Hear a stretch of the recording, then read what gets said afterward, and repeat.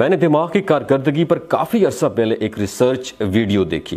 اس video میں ایک point پر بتایا گیا کہ ہم جب کسی کی برائی یا غیبت کرتے ہیں تو اس کا ہمارے جسم پر کیا امپیکٹ پڑتا ہے، کیونکہ ہم سب اتنے ماڈرن ہو چکے ہیں، جب تک ہمیں کسی چیز کی سائنسی وجہ نہیں ملتی ہم اس پر بلیو نہیں کرتے، اور میں بھی سائنسی وجہ ہی تو چاہتا تھا۔ جیسے بانو قدسیہ کہتی ہیں کہ جب تک کسی بھی تحقیق پر غیر ملکی اور انگریز کے نام کا ٹھپا نہ لگا ہو ہم اس پر یقین نہیں کرتے۔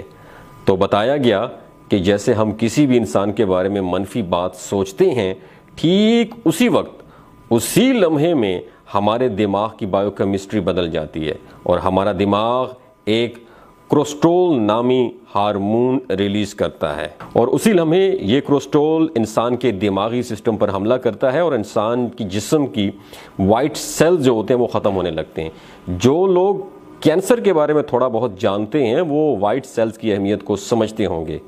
کینسر کا علاج کیمو تھراپی سے ہوتا ہے، اور کیمو کا عمل شروع ہوتے ہی جسم میں وائٹ سیلز ختم ہونے لگتے ہیں، اور یہ بہت خطرناک صورتحال ہوتی ہے۔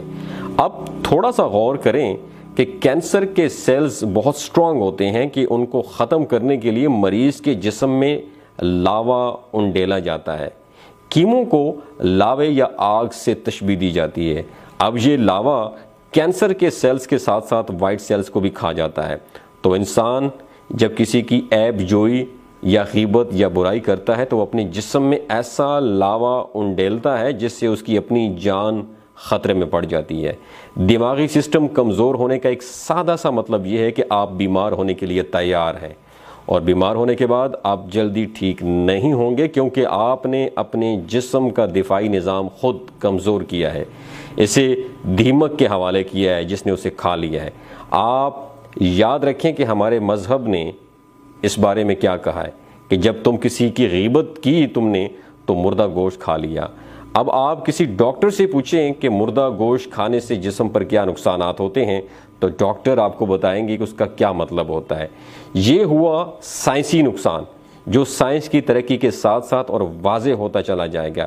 مجھے یقین ہے کہ اس کے بہت سے روحانی نقصانات بھی ہوں گے، جیسے کوئی بہت زیادہ غیبت کرتا ہے تو اس کی دعائیں قبول نہیں ہوتی۔ ابراہیم بن ادم سے لوگوں نے کہا کہ حضرت ہم دعا کرتے ہیں مگر قبول نہیں ہوتی۔ ابراہیم بن ادم نے کہا کہ کیا تم اپنے عیبوں کو چھپاتے ہو اور لوگوں کے عیب ظاہر کرتے ہو؟ تو حضرت شیخ سعدی فرماتے ہیں کہ میں بچپن میں بڑا عبادت گزار اور شب بیدار تھا۔ ایک دفعہ میں اپنے والد کی خدمت میں حاضر تھا، ساری رات آنکھوں میں کٹ گئی، ساری رات تلاوت قرآن پاک اور عبادات خدا میں مشغول رہا، مگر میرے ارد گرد لوگوں کی ایک بڑی جماعت آرام سے سو رہی تھی۔ ان کا حال ایسا تھا کہ بے فکر سونا۔ مجھے برا محسوس ہوا۔ میں اپنے والد محترم سے ان کی شکایت کی کہ یہ لوگ ایسے سو گئے ہیں جیسے مر گئے ہوں، کوئی بھی عبادت کے لیے بیدار نہیں ہوتا۔ میرے والد نے کہا کہ بیٹا بہتر ہوتا کہ تم بھی سو جاتے تاکہ دوسروں کی غیبت نہ کرنا پڑتی تمہیں۔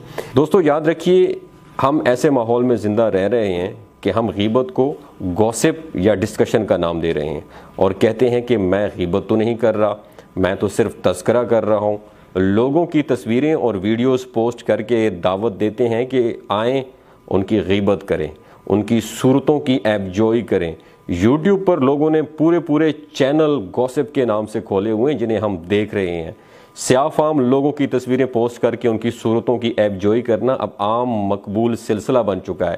ہم سب اپنی زندگیاں، صحت اور دماغی کارکردگی اپنے ہاتھوں سے بڑے شوق سے خراب کر رہے ہیں۔ ہونا تو یہ چاہیے کہ اللہ پاک سے دوسروں کی کامیابی کے لیے دعا مانگنے کے بعد خود کی کامیابی کے لیے دعا کرنی چاہیے۔ دنیا کی سب سے گندی اور غلیظ بیماری اگر آپ کے اندر ہوگی تو آپ کبھی کامیاب نہیں ہو سکیں گے۔ تو کبھی غیبت کو اپنے اندر پنپنے مت دینا۔ اگر آپ کو میری آج کی ویڈیو اچھی لگی ہو تو اسے ضرور شیئر کیجیے گا۔ آپ کا بہت شکریہ۔